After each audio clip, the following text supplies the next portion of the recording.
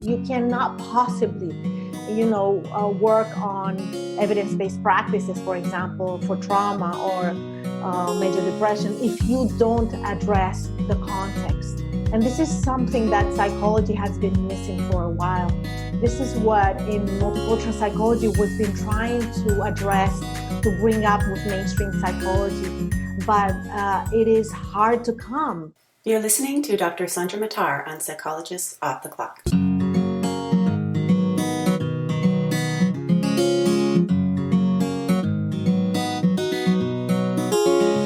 We are 4 clinical psychologists here to bring you cutting-edge and science-based ideas from psychology to help you flourish in your relationships, work, and health. I'm Dr. Debbie Sorensen, practicing in Mile High, Denver, Colorado. I'm Dr. Diana Hill, practicing in Seaside, Santa Barbara, California. From coast to coast, I'm Dr. Yael Schoenbrunn, a Boston-based clinical psychologist and assistant professor at Brown University. And from sunny San Diego, I'm Dr. Jill Stoddard, author of Be Mighty and the Big Book of Act Metaphors. We hope you take what you learn here to build a rich and meaningful life. Thank you for listening to Psychologists Off the Clock. We've talked a lot about sleep on the podcast, and as mental health professionals, we know that having quality sleep is really important to mood and mental health, and that's why we are excited to pair up with Manta Sleep. They offer innovative sleep masks and other accessories to help you sleep better. I am a dedicated sleep mask wearer. My sleep mask is a lifesaver when my husband's up late reading or on these bright summer mornings when I want to sleep in. And not only does a sleep mask provide me with the dark environment I need for a deeper sleep, I've become classically conditioned to it. Getting out my sleep mask is a cue for bedtime. And like Pavlov's dogs, as soon as I put that thing on, my body remembers that it's time for bed. Well, I'm newer to sleep masks, and I've never used one before until I tried this one. So I was really excited to try it out and see what the hype was all about. And the Manta mask is really light and comfortable. And before I tried it, I don't think I realized how much the light in my bedroom was waking me up in the morning. So now I feel a lot more refreshed when I wake up. So here's what you can expect with Manta sleep masks. There are 6 different versions to choose from. They all offer 100% blackout for a deeper sleep, are infinitely adjustable for custom fit. They're soft, breathable, have 0 pressure on your eyelids or eyelashes, and are made with durable snag-free materials. You can choose from the original sleep mask or a slim sleep mask with barely there feel. You can also go deluxe with a cool mask to soothe your eyes and sinuses, a warm mask with natural steam, a lavender aroma mask to target your scent vents, or a weighted mask. So check them out at montasleep.com. Join their social media at napwithmonta and at montasleep, and get 10% off by entering the coupon code OFFTHECLOCK. We are also sponsored by Praxis Continuing Education. Praxis offers online and continuing education in ACT, CBT, compassion-focused therapy. Some of their on-demand courses right now are ACT Immersion with Steve Hayes, which you can on your own timeline. Matthew Boone is offering a CE workshop on ACT 1, and Louise Hayes is offering a workshop on the DNA-V model, which is great to use if you're working with teens.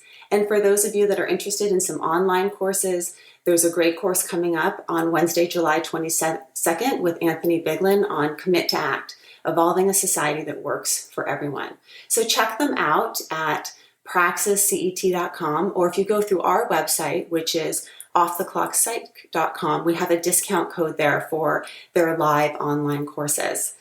For those of you that want to learn more about contextual behavioral science, the ACBS World Conference 2020 is online this year, and the program is happening from July 16th to July 19th. Registration is available, and we'll put a link to that in our show notes. And 2 of our podcast co-hosts, Jill Stoddard and Debbie Sorensen, will be speaking on a panel on the imposter syndrome. So check them out on Saturday morning, and we hope to see you there. Today we have Dr. Sandra Mattar on the show. I'm really excited for you all to listen to her. She is an expert in immigrant and refugee mental health, and also a professor and teacher in how to be ethnoculturally responsive in our approaches to psychological treatment. And she weaves in story, her personal examples, as well as really what is the current and most cutting edge approach to providing culturally competent care. Yeah, it's a great episode. I learned a lot, and I think she's doing amazing work. And Debbie and I wanted to expand on something important that she talks about and she weaves throughout the episode, which is the tendency of Western psychology to focus too much on the individual without focusing enough on the context, whether that's the context of the strengths in their culture and their community, or it's the context of oppression, racism, limited resources, that we really often miss those important areas. In this episode, Dr. Mattar talks about how it's not enough to provide mental health treatment for trauma if the ongoing traumatic context isn't addressed. For example, systemic racism and other forms of oppression can turn into a blame the victim mentality or pull yourself up by your bootstraps, where the individual is expected to adapt to harmful situations. Yeah, I think in general, Western psychology really does focus on the individual issues, and it's at the expense of neglecting bigger systemic issues that are really, really important and that can just get overlooked, I think, in psychology and in therapy, because a lot of times we look toward changing something about the individual, right? Helping them adapt or adjust or accept something. But sometimes that's just really barking up the wrong tree. And I think we see this in so many different areas in psychology. I think a lot about this in terms of my very favorite episode of all time was Debbie's interview with Dr. Erin Andrew, who talks about disability rights and about the struggles that individuals have is often not the individual adjusting to the disability as much as the stigma and lack of access that are really the problem. She really gives some eye-opening examples of that. And I looked a lot at my own life and my own ways in which I participate in not providing access to individuals with disability. It's similar with sexual orientation and gender minorities, which were considered disorders in the DSM for a long time. And this caused a lot of harm and ignored the stigma and hostility that people face that contribute so much to mental health concerns. Yeah. And I think that as women, we see this too all the time, right? Because we have sexist structures in place and we have all these expectations without enough support. So for instance, women who are trying to have a successful career and they face things like workplace culture, sexual harassment, lower pay, sexism, limited opportunities, and really even just workplace culture that's just oriented toward a more male perspective.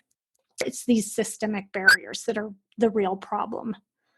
I think that this is all complex, right? And part of what I'm trying to do is do more learning and listening. And I just feel like over the last couple of weeks, there's been just so much to download and shift in my perspective taking. And that's why I think an episode like this with Sandra Mattar is so helpful, because it gives views in different perspectives that can really shape our work so that we can do a better job as mental health providers.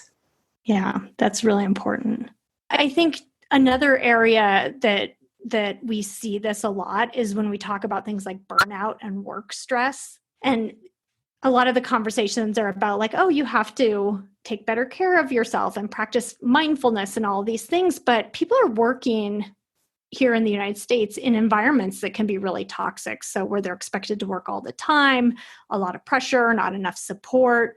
They're working maybe in isolation and on screens. And we're in workplaces where people do experience things like sexual harassment, microaggression, racism. And so often when we're looking at these types of treatments for burnout, we're really not addressing the underlying problem, which is more about workplace culture and systems within organizations.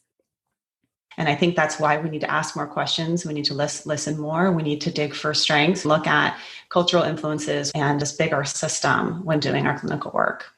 That's right. I think a lot of clinical tools that we're used to using including some perfectly good ones that are helpful in a lot of ways, but these evidence-based tools often just don't do a good job of this, right? So even something that came from Eastern traditions like mindfulness practices get kind of westernized and co-opted into this point of view, right? So I read this book, McMindfulness, How Mindfulness Became the New Capitalist Spirituality by Ronald Purser. And he writes about how a lot of the traditional elements of Buddhism that were really focused on helping people and changing systems and making the world a better place through right actions have been kind of taken out of context and have become about the individual and about making people happier in this sort of self-fulfillment. And it really gets lost. And he advocates that teachers of mindfulness need to get back to acknowledging that personal stress is also often caused by societal problems.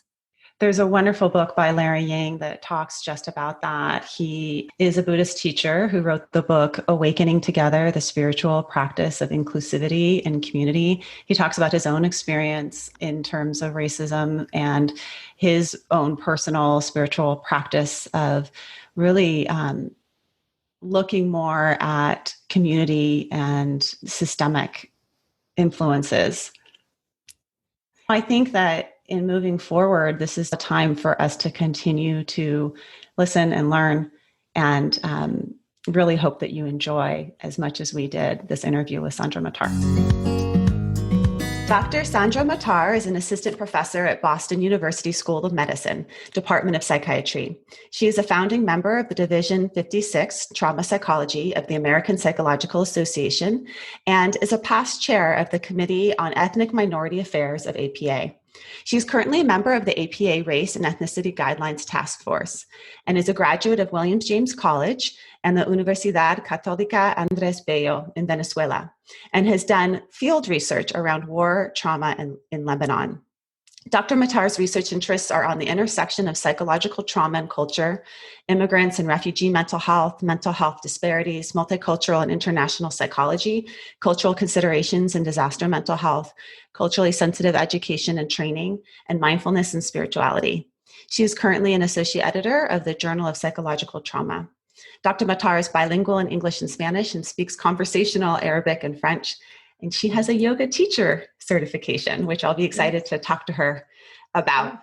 So welcome. Thank you so much for coming on our show. And it's such a relevant time to have your expertise to talk to us about immigrant and refugee mental health and mental health disparities. Thank you so much, Dan. Yeah, and you've really dedicated your career to this area. Can you talk about what the personal and professional relevance is for you? Absolutely. Well, I am the daughter of immigrants in Venezuela. My parents are originally from Lebanon. And so I was born in Venezuela and then became an immigrant here myself in the US, and my kids were born here. So I've always been really interested in the psychology of immigrants and immigration. And when I came here to the United States, I started working with refugees and immigrants. And I discovered that was my field of interest, that was what I was really interested in doing. And it was an area where I really wanted to help, because I would say the experience of coming here thrusted me into becoming the other. I was very privileged in Venezuela. I was seen as a white woman, a privileged woman, because in the scheme of things, of racial understanding, I was seen as a white woman, being the daughter of Lebanese immigrants. And when I came here, I realized that I became the other with my accent and with the country that I came from, Venezuela. So that put me into a social category that I had never experienced before, becoming the other.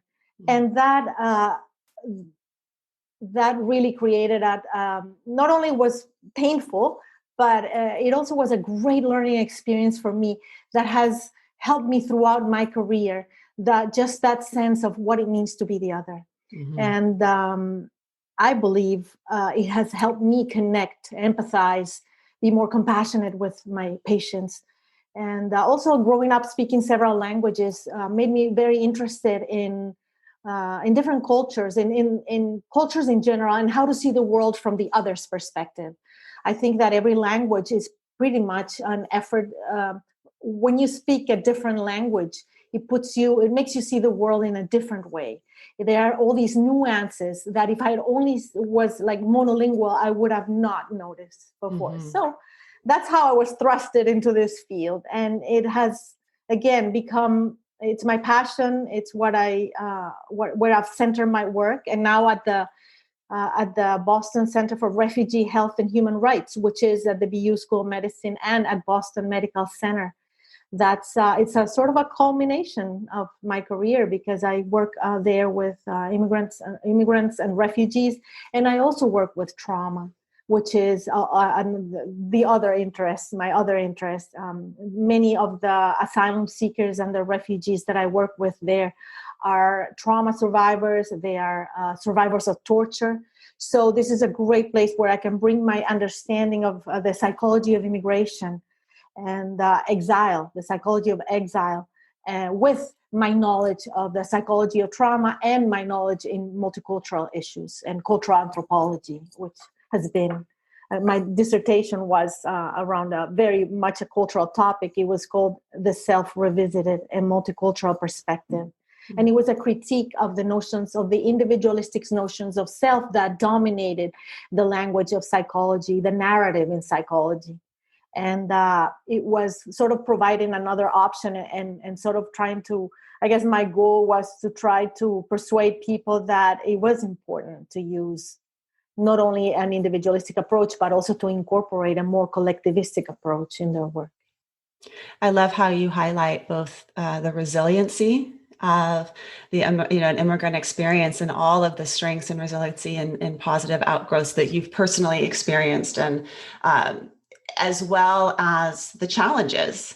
And I'm wondering if we can talk about specifically some of the mental health challenges that show up, both from immigrating to the United States and the process of immigration, but also the process that you talk about in terms of acculturation and feeling other and oppression that happens. Sure. I mean, I could speak about some of the experience I've had, but I know that I am, even if I am a Latina immigrant and I've been discriminated against and I've experienced that, I think I'm still a very privileged woman here in the U.S. because of the way I look, because of my socioeconomic level, because of my educational level. But I can tell you about my patients. I've been working with immigrant populations for 20 some years now, not only at the Boston Center for Refugee Health, but also in California. When I lived there, I worked at the Center for New Americans. And the experiences are devastating in terms of what they go through. They are very difficult. We talk about them having to assimilate into a new culture. But it's not only about learning the social mores of the new culture and knowing how to take a bus, how to go to the library, how to apply for Social Security. It's so much more than that. For many of them, it's for the first time they experience racism and they don't know how to deal with that. Interestingly enough, I have patients from Africa. The majority of the patients I see at Boston Medical Center are from Africa. And it is imperative that I talk to them about what's happening right now because they all suffer from PTSD and they are Black. And so I talk to them I ask them, so what do you think of everything that's happening with the Black Lives Movement and all those videos that we've been watching out there? And they said, interestingly enough, that they had never experienced racism. They are learning about it now because in their countries they experience political discrimination or political harassment, also tribal. They were because they belong to one tribe or the other. That's how they experience harassment and eventually got them in trouble, and that's why they're applying for asylum here. But working with race and knowing how to teach their children to deal with race, that's a very new thing for them. So that's one thing. And another issue that they have to deal with is a sense of lack of control. And I'm talking mainly with the asylum seekers. Right now, things are very difficult for asylum seekers in terms of the laws and the laws that regulate the asylum seeking process. It's being very complicated. But parents, it's very hard to raise your kids in another country. It's very hard in many cases to raise your kids without a community. And yes, many immigrants find communities here, and yet they don't have the help of parents and grandparents and community in general that they had before. So there's this sense of isolation There's this sense of lack of control. There is a sense of misunderstanding, that they're being misunderstood.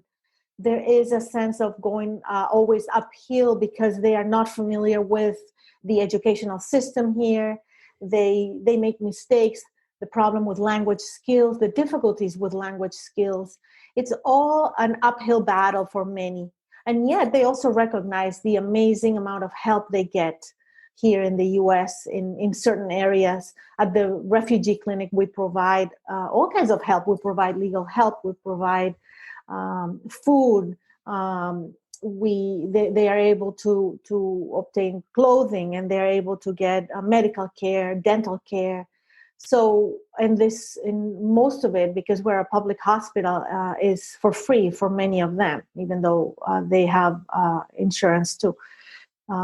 So yes, it is not easy. The psychology of the immigrant is, and then the psychology of acculturation, we have to talk about it. It is, how do you acculturate, and what kind of trajectory do you follow? Because we'll see that people follow different trajectories depending on where do they live. Is it mainly a white neighborhood or a different brown mixed neighborhood? Is it, what kind of resources do they have when they arrive here? Who sort of sponsor them? Which schools do their kids go to? Did they leave their country? Were they forced to leave their country, or was it a choice? That in itself can change the whole psychology of acculturation and psychology of immigration. Who was allowed to make decisions to come here? Were they sponsored when they arrived here? Were they by themselves when they arrived? Did they come with a family? That all changes the trajectory of the mental health for these immigrants. There was 2 Supreme Court decisions that came out in June that show sort of the uncertainty, sort of the unpredictability of current administration and its impact on immigrants and asylum seekers. And I'm wondering if we can speak about the mental health implications of that. So the first Supreme Court decision was in blocking the current administration's attempt to end DACA, which is deferred action for childhood arrivals. And it helps protect undocumented immigrants who are brought to the U.S. before the age of 16. And I'm wondering how the impact of DACA on undocumented children and young adults, as well as the potential reversal of that, and that sort of back and forth impacts that sense of safety, not only for individuals that are recent to the U.S., but individuals that have been here, living here for years and years and years, going in schools, in universities. So I'd love to talk about mental health implications of DACA, as well as the Supreme Court decision that came out that blocked asylum for refugees. Yes, and I was so thrilled to hear about DACA and the decision that they finally understood that many of these kids were born here, or these kids came here very young, and some of their parents are not with them. Some of them don't even speak. For example, I'm thinking of many of the Mexican or Central Americans that have come here that are under the DACA program. They don't speak Spanish at all. They grew up here, and this has been their country, and this is where they went to school, and so going back and not having anyone if they go back. Can you imagine how devastating it is, and how isolating and scary it is for a 13, even 8-year-old, 9-year-old to think that they would be sent back and they don't have anyone there to be with them, or they cannot move with their parents, or they don't have any options. So it's utter helplessness to be going back and forth in terms of the government's decisions about their program. I'm sure that right now they feel temporarily safe. But if you're thinking about trauma, and many of these kids live in traumatic circumstances, or have had families with traumatic histories, they've experienced themselves histories of trauma, but they also experience major depression. And this back and forth of the government, I can see very clearly how it has produced many cases of major depression, anxiety disorder, inability to sleep, nightmares. They don't feel rooted at all. And I think that if you think about mental health, feeling rooted in one community is what gives mental health. It's a major promoter of mental health, and they don't have that. They have now that temporarily, but it is they know that tomorrow, next week, the government can come up with another regulation, another law that will sabotage what the court, even though it's the Supreme Court, there's so many ways to sabotage this process and this population. And the oftentimes trauma treatment is done as something that happened in the past. When a client comes in who has a sexual trauma, or it's okay, we can work through your trauma. When the trauma is ongoing, I'm just so curious how you work with that with and thank you for bringing that up, because we tend as psychologists to be sort of isolated sometimes from the context. We're looking at symptoms, we focus on the symptoms, and we want to make sure that we're helping them with the symptoms that they are showing in our therapy rooms. And sometimes we work sort of in a vacuum. And this is something I teach. I also teach courses in multicultural psychology, trauma psychology, and social justice. And I try to help my students understand that whatever is happening out there, it's important to bring it up in the therapy room. And how can you treat a DACA person, for example, treat their symptoms of PTSD or major depression, and not talk about the fear and the uncertainty, not talk about the implication of the law and the decisions in their lives. This is, in terms of, if you were to have sort of a Maslow hierarchy, that would be first on the list to talk about. You cannot possibly, work on evidence-based practices, for example, for trauma or major depression, if you don't address the context. And this is something that psychology has been missing for a while. This is what in multicultural psychology we've been trying to address, to bring up with mainstream psychology. But it is hard to come. There is a reluctance, because there is the idea that the psychologist is there to treat the individual, but not to treat the context. Mm-hmm. That's how we are trained in clinical psychology in general. There are programs, obviously, counseling psychology is a field that has paid a lot of attention to the context. Right. But it's important. So it's important that we address the context. In terms of what you just mentioned, yes, recently I just found out about what's going to happen to the asylum seekers. When they come to me, most of my asylum seekers, they ask me, what's going to happen to me? What's going to happen to my life? Doctor, is my life ever going to be the same? And when I started working with them, I would say, you will never forget what happened to you. But there is a way that you become the author of your own story once you're here in the U.S. There is like Judy Herman says in Trauma and Recovery, you can gain sense of agency of your own memories and your own stories. You won't forget them, but you can be in control somehow. And that's what we do at the clinic. We provide all kinds of services so that they can feel that sense of control. Mm-hmm. But then what am I going to tell them next week when I go back and tell them that the option for hope is closing down? It is hard to work that way. Before, I was able to tell them,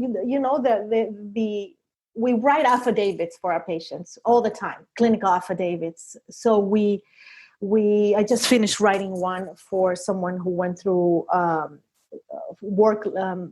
forced labor here in Massachusetts, and he's seeking asylum with his family. But now the criteria to grant asylum is becoming it's getting smaller and smaller and smaller in terms of the options that we can use, right? And the window of safety is exactly a sliver. So what do you tell them? It's hard for me, and I have to be honest with them. So I started recently, a few months ago, I started telling them that, well, you're right. I mean, it's not easy. We're going to try to do our best to help you and support you. Your immigration law attorney will try to do his best or her best to help you. But the options are becoming very limited, and now even more so. So it is hard. It's hard to offer hope, which is the main culprit to recovery. from major depression and PTSD is once you offer that, they have a different outlook. It's sort of a cognitive and emotional reframing of their lives when you give them hope. And they want to hear someone in a role of authority to give them hope. And I don't know if I can do that anymore. I'll try. How do you hold that as as a therapist? You know, go home and spend time with your family. And I think one of the things that keeps psychologists from learning and growing is willingness to enter the discomfort. Absolutely. And you're doing it on a day-to-day basis. How do you manage that for yourself? You know, interestingly enough, my spiritual practice, I became, just a short story. I used to be Catholic. I grew up Catholic, and I, at some point, even thought of becoming a nun. So that's how Catholic I was. Oh, wow. Yeah. Yes. And then fast forward 28 years later, and I, through a big life crisis, I decided to start doing yoga. And yoga led me to more of a spiritual path, which I've always been interested in, obviously. A spiritual path has always been interesting. So I'm exploring more ideas of Buddhist psychology and the idea of compassion, and has been very helpful to me. And I think this is a term that I know it was brought up initially by some of the Buddhist psychologists in the 70s, like Ram Dass and others. But now with the ideas around mindfulness, it's sort of, people are talking more about open up your heart, being self-compassionate, being compassionate with others.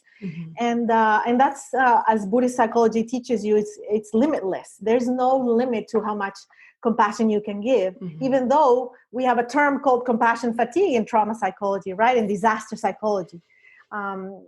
Yes, you can get compassion fatigue. But at the same time, my own practice of yoga, mindfulness, meditation has helped me a lot to open up my comfort zone and expand it and just sit down with the pain and the suffering and not become weighed down by it. It's become positive and always hopeful. And I think I brought that in the therapy room.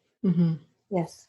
I also wonder about how taking values-based action on such a daily basis may also contribute to the feeling that you're doing something. And part of compassion is both feeling and experiencing the discomfort, and then taking action to make change and alleviate suffering. And you're doing both. And it's really incredible that you're in the trenches and you're doing a podcast interview and not like crying the whole time. It teaches you to be to reside in equanimity, really. Yeah. Yes, I had my psychology training to be empathic and to try to keep boundaries.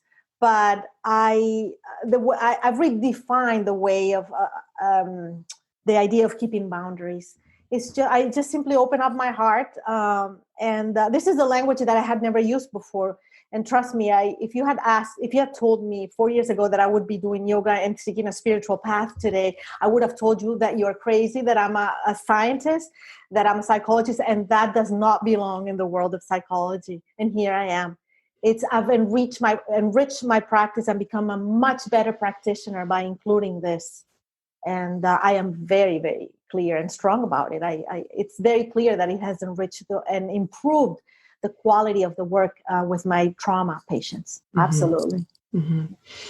Another current experience for immigrant and refugee population is COVID, and you're working in a hospital setting here, and I'm wondering what you're seeing in terms of COVID impacting refugee population, immigrant population, and then also how it's changed your practices as a mental health provider. How are you doing this? I did a seminar, webinar with APA on that very topic last week. So yes, the minute we found out about the COVID, the implications that COVID brought with it, we immediately started offering the option of telehealth. So then we were asked, all the clinicians were asked to go home and work from home. Hopefully we have all the technology to access the records through Epic, the hospital records, and we were able, and then through programs like apps like Doximity that are encoded and protect privacy and confidentiality, we were able to do therapy. And so I've been doing therapy from home, telehealth, both phone and video through Doximity since March. Mm-hmm. And we are not going to the hospital, hopefully, let's see, I believe until the end of July. Yesterday they announced that we might go back at the end of July. So it's been very interesting because we've realized that we can reach out more people in a more effective way. If you think about it, my patients used to pay around, they live outside of the Boston area. So it takes them a while to get to the hospital. They would spend between $25 and $30 between buses and trains and to get to the hospital. Mm-hmm. And now we just call them and they are there. And so we've been the rate of no-shows for all the clinicians has dropped significantly. Wow. So the showing rate it used to be on average for 60% for all the clinicians, and now it's 90 to 95%. Wow. Really highlights that contextual barrier, right? Absolutely. Just transportation, absolutely. Finances, to therapy. Not only that, absolutely. And so it's sort of a discovery. Wow, we can reach more patients. We can be more effective by doing this. And this has completely shifted the way we think about how to provide therapy. Another issue that we've encountered that's wonderful is that we're able to talk to the patient's family. I was trained also as a family therapist too. One of my internships were at a family therapy institute. And to me, it's very natural. Also, I come from a communalistic culture, and it's very natural to do family therapy. And it's not that I'm doing family therapy, but I am able to meet the family. I'm able to speak with some of them. I'm able to even encourage some of them to seek therapy because they're struggling. And so just, it's been wonderful. Mm-hmm. It makes all the difference in terms of the quality of the work. And for the patient, there's a high level, they report back a high level of satisfaction that we're able to talk to their kids, to their partners.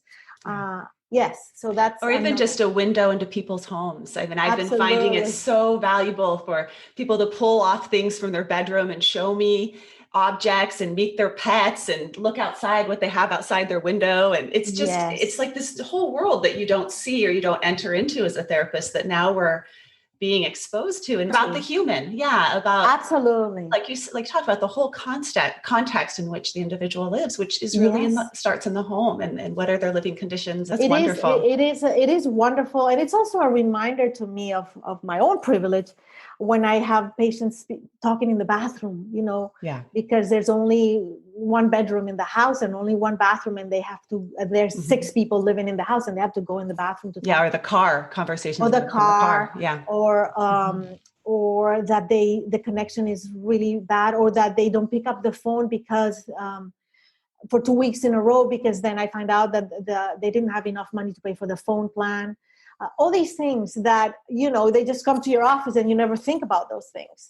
Or you might think about it sometimes, but it's not in your face, right?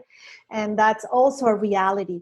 Also, what COVID has shown us, many of our patients are home health aid.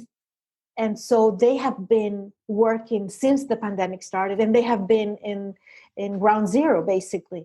And so we've had to deal with the fear of contracting the virus, which has been a fear for all of us, right? Mm-hmm. But in their case, it's even more because it triggers symptoms of PTSD. It's also how they make their livelihood. They have to work with people that either have COVID, or most of them work in nursing homes. Mm-hmm. So it's been a very big issue for our population. And if they contract the virus, they lose their jobs. So it's been a source of a big source of stress for them, and triggers of PTSD, anxiety disorders, panic attacks, major depression, even dissociation for patients that had already sort of gotten a handle on it. they go back, they revert to PTSD, to showing PTSD symptoms and other symptoms. Yes. Yeah, I think what you're really highlighting, and reading, we had just talked about reading this book called The Undocumented Americans by Carla Cornejo Villavicencio. And she writes about in the book how the second responders are often undocumented people.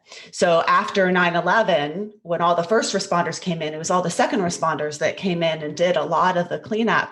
And the physical health impact of that and the mental health impact of that, and then the lack of services for the individuals that are doing the really important work of keeping us safe, keeping everyone safe. And I think that's showing up at the time of COVID. So yes, there's all the doctors and nurses, and there's also the people that are cleaning the offices and the spaces and that are exposed to COVID at high rates and may also not have the healthcare and resources and protection. Absolutely.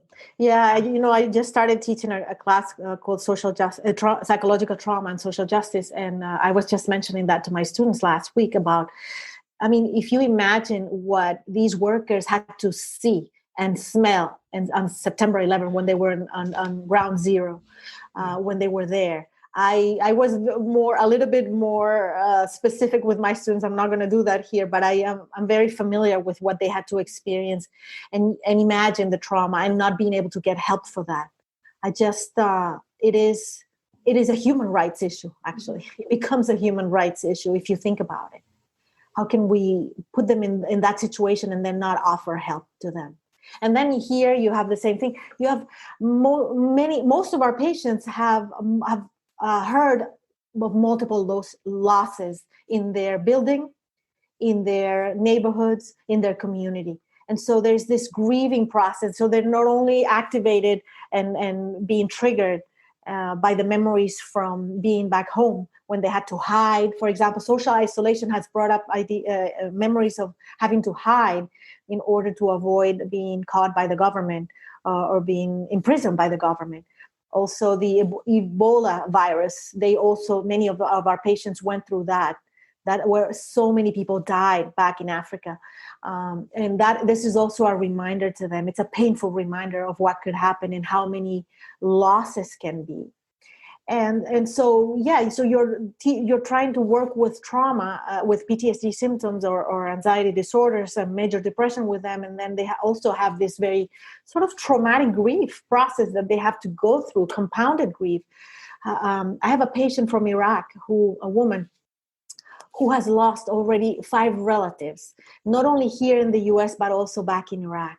And she already was very symptomatic in terms of PTSD symptoms. So imagine trying to contain that and now all this pain that she's having, that she's going through, and then having to do that over the phone. I've tried to convince her to come to the hospital, and I would meet her there because that's what we're doing with the more complicated cases. Yeah. And she refuses to come to the hospital because of fear of contracting the virus. Yeah. So it's a very difficult situation. As a therapist, I'm sort of my hands. I feel trapped. My hands are tied because I cannot help her enough.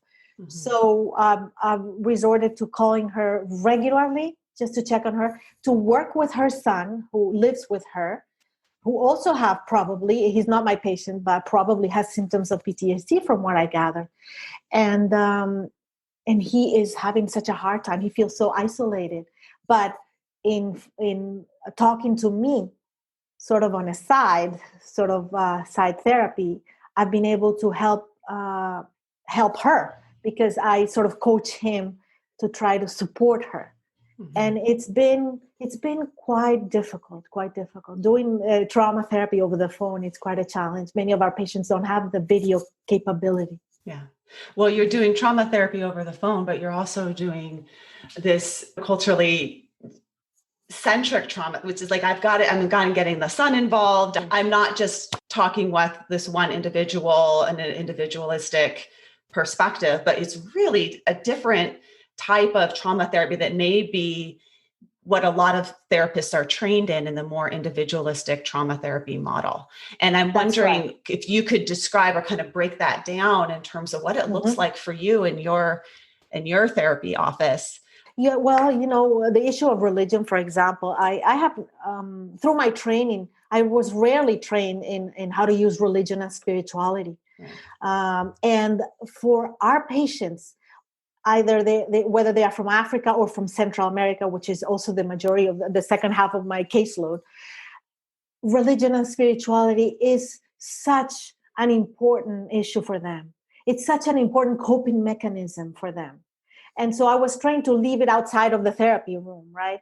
Because we don't want to get into political issues, into values, well, guess what? It's become the most important resource I have to work with them in terms of coping mechanisms. So they tell me they even play their gospel music to me in the session, because that's what they are using when they're being triggered, when they are hyperventilating, when they are when they're feeling anxious. What do? They don't go to the Calm app that we now use. They go to the gospel music. They play a video either of their pastor, some sort of speech, gospel talk, or they listen to their music. And we spend a lot of time talking about that. And so that's something I knew it was important, but I didn't fully do many, many years ago. I didn't fully do, and now I do it more frequently. There are also things that I do that you would say, well, that could be a caseworker that would do that. Why would you spend your time doing that? And for example, I go in, sit in front of the computer with them when they're in my office, and I teach them how to access the train, how to take the train. I teach them how to get a library card, because I know these are things that drastically change the quality of life in their lives. If you think about it, many patients that don't have a job permit in the U.S., what do? They have PTSD. They are survivors of torture. What do? They sit there in their homes, not their own homes, but sponsors, people that have sponsored them and have taken them under their wing and helping them. They sit in their bedroom all day long with the windows closed because they don't want to be triggered. They're afraid of people. They don't speak the language. And by the way, we have a lot of interpreters. We use a lot of interpreters, although many of the African asylum seekers speak English. Let me just clarify that. Mm-hmm. But so they are afraid. They don't know the system. They don't understand. They have never been outside of their village, outside of the communities in Africa. Many of them. Others are on the other side of the spectrum. I have a judge who was in the high court in his country, and he's now applying for Dunkin' Donuts.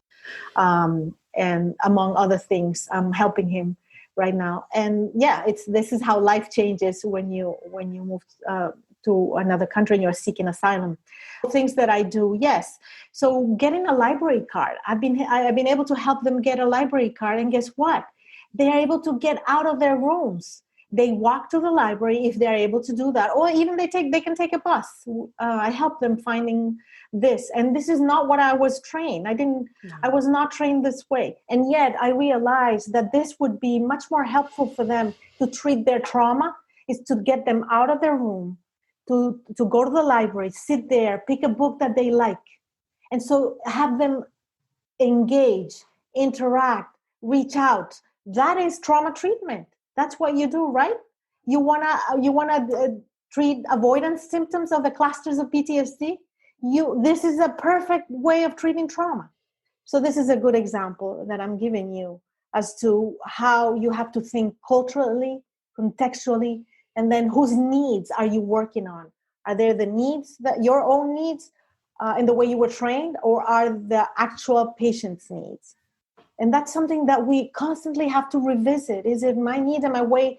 Do I need to just offer this treatment because I know that this is evidence-based and I know this is going to work for them? Or can I make variations of this treatment? How do I make variations of evidence-based practices? I'm working with a postdoc student now, Oscar, who is his research is on cultural accommodations of or cultural variations of evidence-based practices. And I think it's wonderful that he's working on that. There's a camp that says, well, you're still using a method that was developed mainly with using white populations. It was validated on white populations. So are we perpetuating sort of colonial thinking here? And why do we have to adapt that treatment culturally? Why don't we change it completely? And then there's the other camp that says, well, who gets grants and these treatments have been validated. There's no research money, the same amount of research money to do the cultural work that some researchers want to do.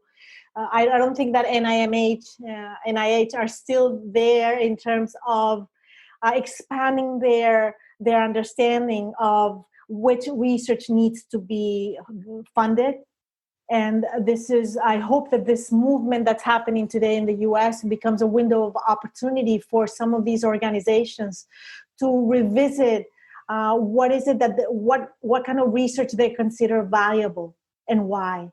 Because there's a huge health there are all these health disparities out there, and people don't think these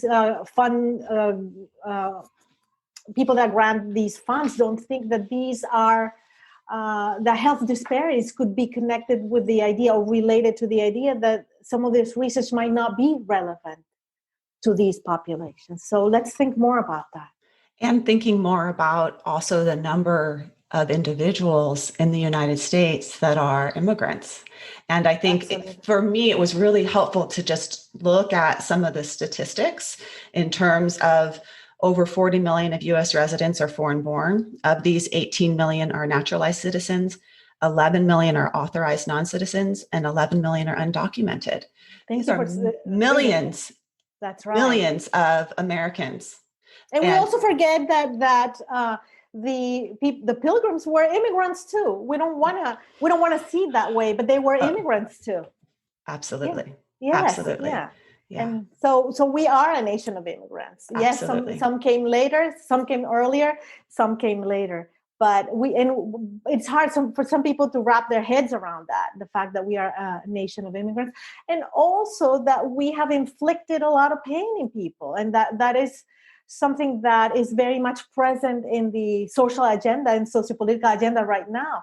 That yes, we as a country we have inflicted a lot of pain, and that. Yeah, well, I started talking about this, and this might take me into outside of your question. But I actually think it's important to go into that. If you want to talk about the pain inflicted, I think it's important. Absolutely. I think I used to tell my students, even before I taught trauma, and having more of an observer, an outside perspective, being an immigrant here, that the United States will not fully become the country that it has to, that it can be, until we deal with the legacy of slavery. And now it's out there. I mean, you have all Black people and African Americans trying to show the world that this the way that slavery is still perpetuated today, that systemic racism perpetuates the practice of slavery, and it might look different today, but it's the dynamic is the same. Their lives are they still have the health disparities. And look at who are the communities that have died in bigger numbers from COVID. African Americans have died at a rate of 3 and 4 and 5 times more than whites, also Latinos. And that is a good example of being invisible, how they are being invisible in society. Mm-hmm. The wages that African Americans, in terms of salaries yearly salaries that they make compared to the average white population, the disparity is huge. And that's how slavery still keeps showing up today. And the imprisonment of Black Americans and people. Yes. Absolutely. And who's on death row, and that we can't not talk about the rates of imprisonment of African American men, especially men. We can't stop talking about that. It's important to bring all that up. And how about the conditions of public schools in Black neighborhoods? We have to talk about that. Why are we treating them as second level citizens? Why does that still continue? So now that I'm teaching this, that just started again, teaching the social justice and psychological trauma class, I'm trying to help students see the connection between taking down the Confederate monuments and recovering from trauma, right? That's not written in any trauma book, but it is, Dr. Kendi, Abram Kendi, who was just hired by Boston University, my university, to lead an institute of the study of race and ethnicity. He mentioned in a conversation on a college-wide conversation or university-wide conversation we had yesterday, he said something like, the final act of violence is the denial of violence. Yeah. And so when you think about trauma and violence, and Judy Herman said that in her book, Trauma and Recovery, she said that the survivor of trauma needs to have witnesses to their trauma. It's important to have a witness and someone that will validate what you went through. Otherwise, it's very difficult to process the trauma because you don't have the social support and someone outside of you to validate what you went through. The denial of trauma is part of the trauma, and re-traumatizing and maintains the trauma and prevents, healing. Absolutely, it perpetuates, yes. And so what does that mean that they're taking those Confederate? People say, well, they cannot erase history. Well, I was trying to think, how can I explain to my white friends and colleagues, what does that mean? Or my white students, what does it mean to take down and why would they do that? And then I thought, okay, let's say that we would put out a Harvey Weinstein statue up there. How would we feel about walking by it every day when you go to work? Okay, right. How would you feel about it? You would probably have a fit. You would demand an immediate removal of the Harvey Weinstein statue from your neighborhood. You would do all kinds of things. Well, those statues, that's what it means for them in terms of the trauma. And some people might say, well, this happened so many years ago. No, if you know about intergenerational transmission of trauma, Rachel Yehuda has wonderful research on how even your genes change after being exposed to intergenerational transmission of trauma. I mean, after great grandparents, they can transmit those changes, and so it's in the body. The truth is that yes, it's true that the body keeps the score. That trauma stays in the body, and until you not only work in the body but also talk about it, both. And society talks about it, we are not going to recover from this problem with slavery. A problem is a very kind word. We are not going to recover from that as a country. And I think that it's long due to talk about it, to talk about it and process it. Yes. Thank you. Thank you for speaking to that. Sure. You've mentioned some hope, some little threads of hope throughout our conversation today. Hope in terms of changing of our trauma treatment, changing our approach, and just the change that's some positive change that's happening in our country right now. And I'm curious for you personally, what is your hope for the future? Yes, I am seeing this as a window of opportunity for, as I said, for our country to move forward. It is a window of opportunity because we have a legacy of amnesia in terms of the U.S. history. We talk about things and we forget for many years and we go back. So last time we were talking this way, I understand, was in during the civil rights movement. Yes. Even though I was not here. So that we're having again those conversations, but now we're having it at another level because thankfully we have people of color now in positions, quote unquote, of power, where they can share that message even to a wider audience. We also have videos and that we can capture what many people denied so many times And it's right there in front of our faces. I mean, we are seeing that. And in a way, it's very traumatic to watch those videos. But I am happy that we have that medium, because otherwise many of us would have not believed all these accounts of abuse and lynching. But I am hopeful. So I'm hopeful. I'm hopeful that we'll keep the conversation. But it's not only the conversation.